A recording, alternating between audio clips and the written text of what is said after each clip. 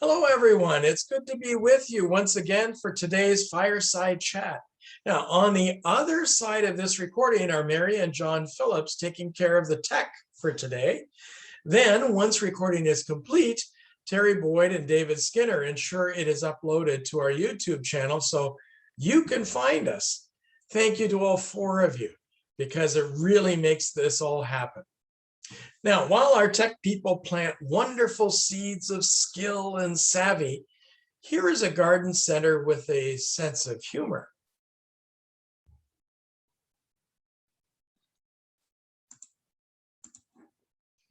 I guess using the topsoil makes things grow better. Speaking of things growing, here is Leo DiCaprio now and when he was a boy. Here's Robert Downey Jr. now and when he was a child. Finally, here's The Rock. Following up with famous people, enjoy the wordplay in this one.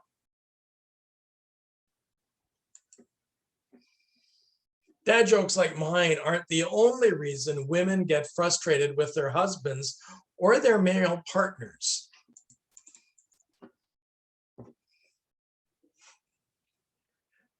Sadly, men often believe we are better than reality would demonstrate.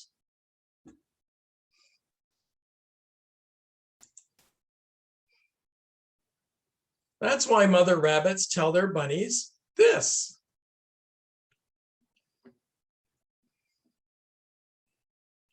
So watch out when men age.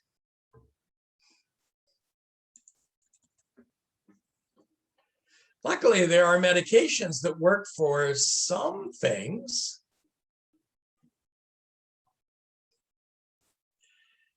However, there is no medication for this,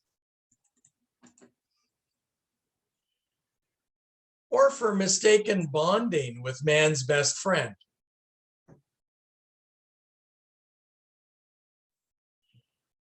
Still, one thing you can depend on guys like me to produce: terrible dad jokes and sadder puns.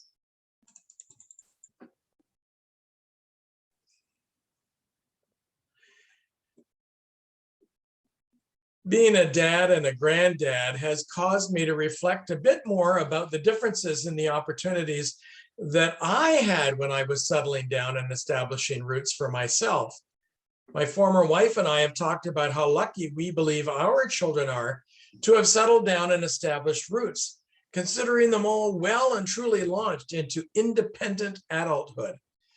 I am the baby boomer generation, and in 1989, this was our reality.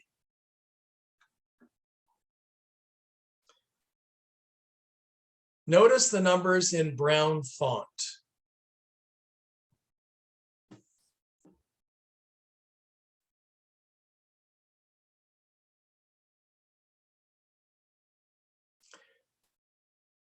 Now notice the reality for my kids' generation by focusing on the numbers in brown font here.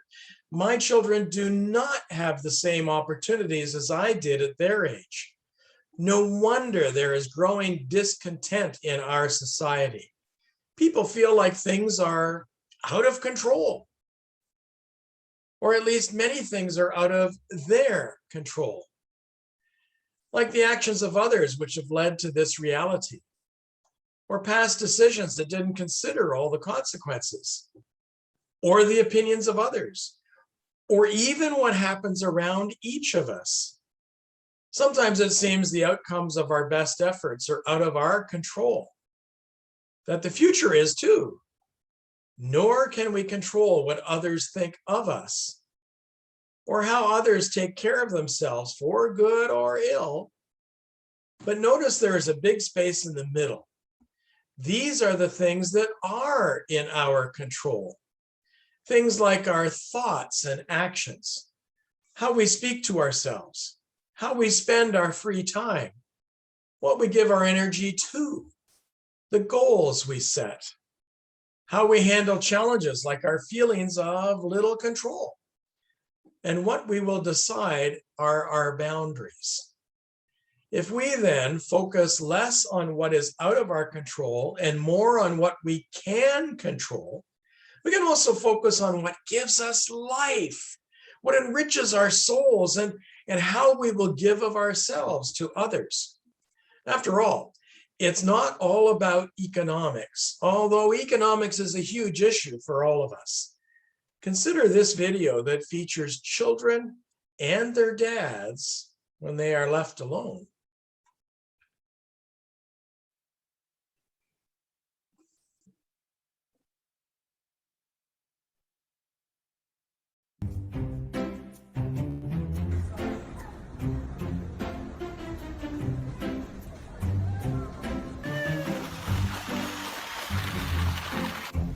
All right. Woo! Woo!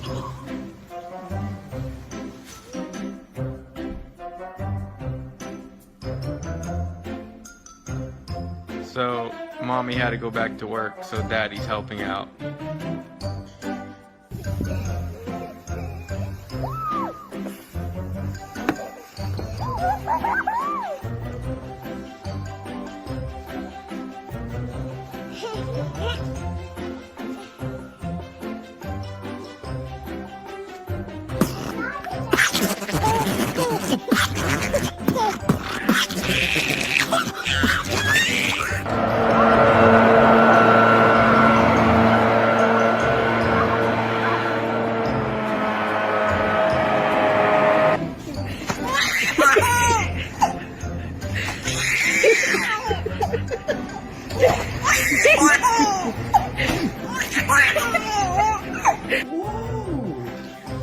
I got you! You did it! 1, 2, and kaplunk. And then guess what he's got here? Whoosh! Wait for it, because look, Daddy's got another one. What's this? Whoosh!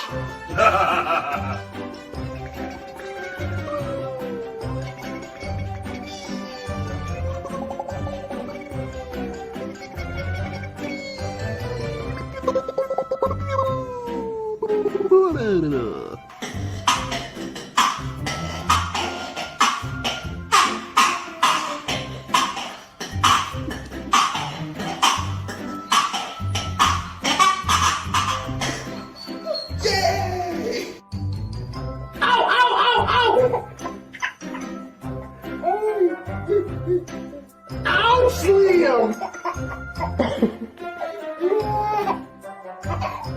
Owie!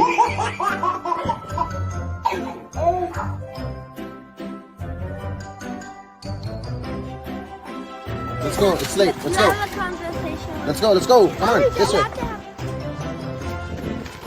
Guys, can I tell you guys something? There's no school today.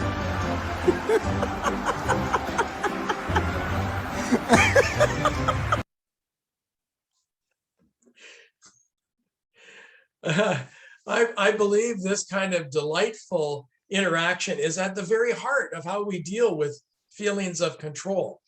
It demonstrates how those dads all chose to control their thoughts and actions, spending free time with the kids in delightfully creative ways, although safety wasn't really a factor in some, handling challenges through play and with delight, giving energy to deepening relationships with the most vulnerable in the family, telling yourself that Goofy is authentic and lovable, and setting boundaries which encircle the family. If we, like those dads, focus on love, we make a difference. There is a danger from what is called the destination addiction. The idea that happiness is in the next place, the next job, or even the next partner. Until we give up the idea that happiness is somewhere else, happiness will never be where we are. I have heard people lamenting the lack of children and youth in our community of faith. I have said to them that I believe we are not providing the content and the connection for which children and our youth are yearning.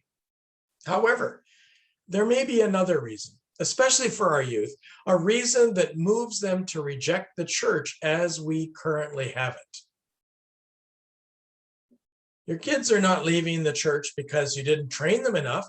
Your kids aren't leaving the church because you trained them well enough to develop a sense for truth and justice. You let them read the words of Jesus, and they got it.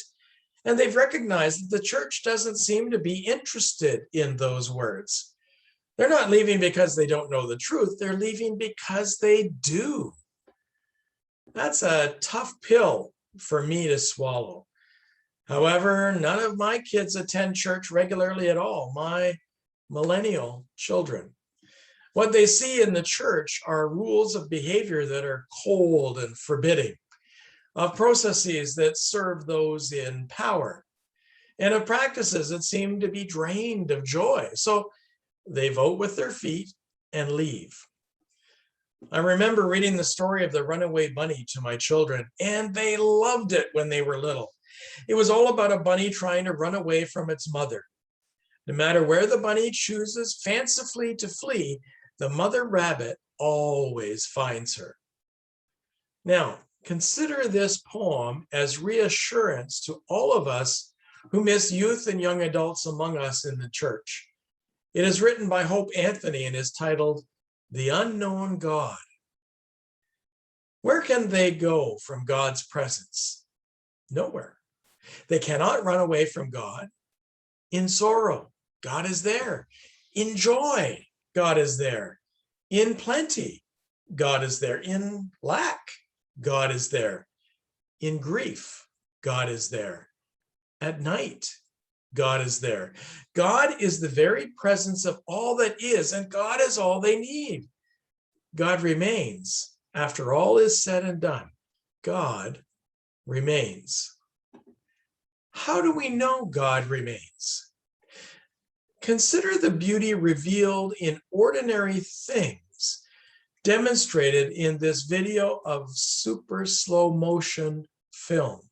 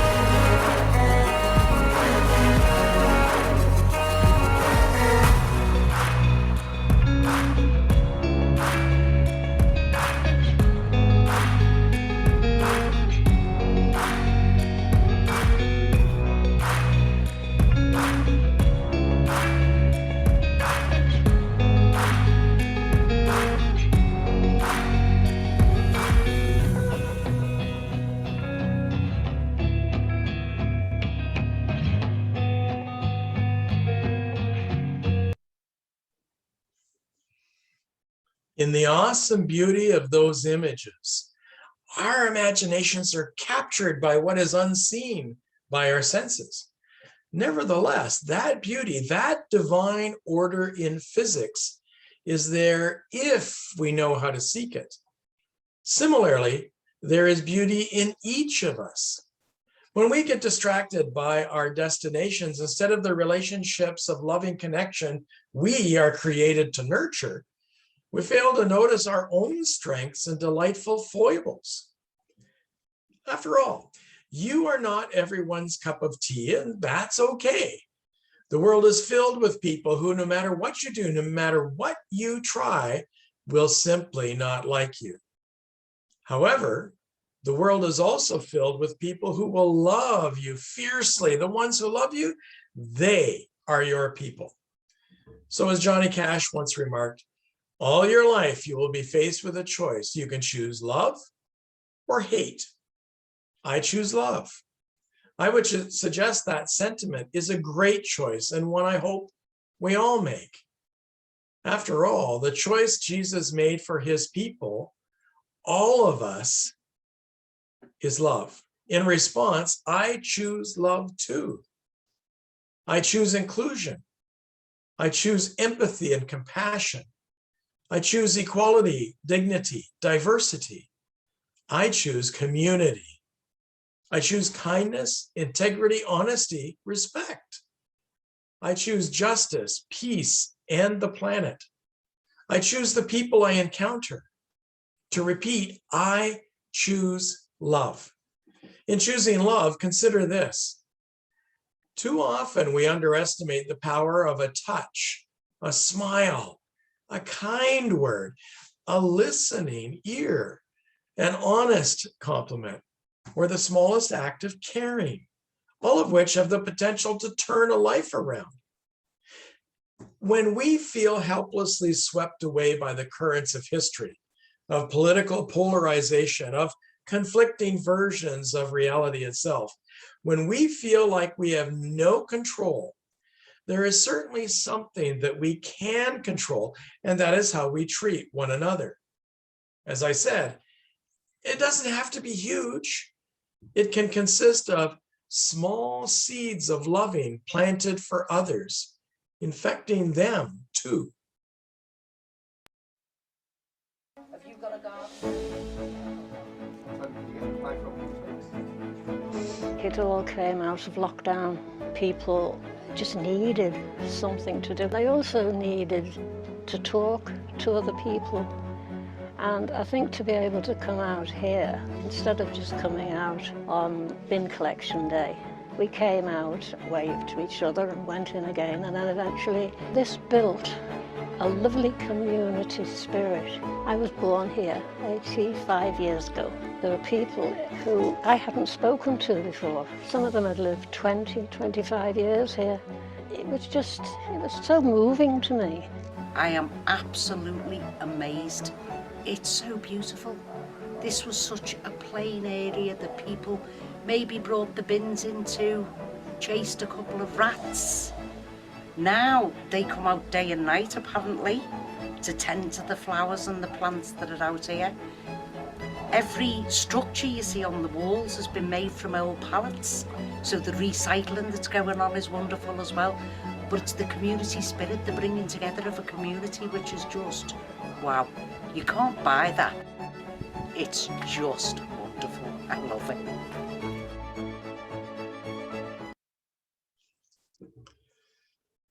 Now, what you didn't see was a before picture, and the alley was really filled with garbage and squalor. And that alley was transformed by one small act at a time, bringing beauty, color, and joy into the neighborhood. This is the presence of God in the love we share. Even in the hardest of times, even when we feel hopeless and helpless, God is always with us in that loving. As St. John of the Cross once wrote, "And I saw the river over which every soul must pass to reach the kingdom of heaven, and the name of that river was suffering. And I saw a boat which carries the souls across the river, and the name of that boat was love." I want to prepare for a breath prayer with you today. First, though, I want to suggest that prayer is a conversation with God. In that kind of conversation, we open ourselves fully and in complete vulnerability. To be that open, that trusting, is spectacularly subversive and so different from what we are often comfortable being. As Rabbi Abraham Joshua Herschel wrote, prayer is meaningless unless it is subversive, unless it seeks to overthrow and to ruin pyramids of callousness, hatred, opportunism, and falsehood.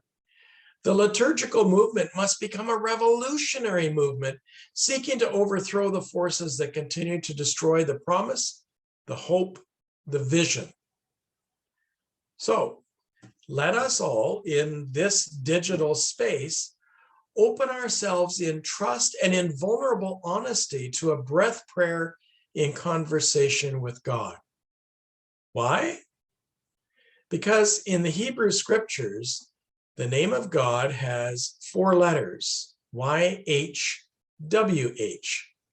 Now, biblical scholars have placed 2 vowels between the letters to try and make it an understandable words, Yahweh. What if instead those 4 God letters were actually a breath prayer? Yahweh. After all, we can breathe in the life around us, breathe out our grateful energy. That's enough. You are enough. Let's breathe our prayer. So thinking of those 4 letters, the first 2, Yah is a breath out. And when you use the breathe in. So close your eyes, center yourself, reach out for God's presence within you and around all of us.